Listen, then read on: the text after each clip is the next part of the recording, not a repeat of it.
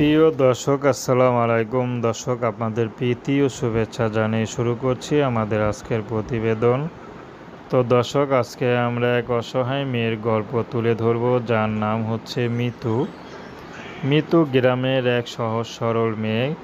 মিতুর বাবা ছিল গৃহস্থ। তো গরু ছাগল পালন করেই তাদের সংসার চলতো। তো তার বাবাটা মারা যাওয়ায় তার মাই সংসারে হালটা ধরে রেখেছে। মিতুদের আগে অনেকগুলো গরু ছিল, কিন্তু মেয়ে মানুষ সব কিছু আর কন্ট্রোল করতে পারেনি।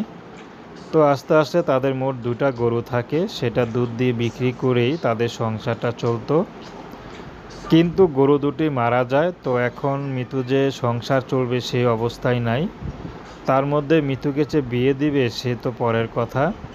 তো মিতু এখন ইউটিউব এসেছেন ভালো একটা মানুষের আশায়।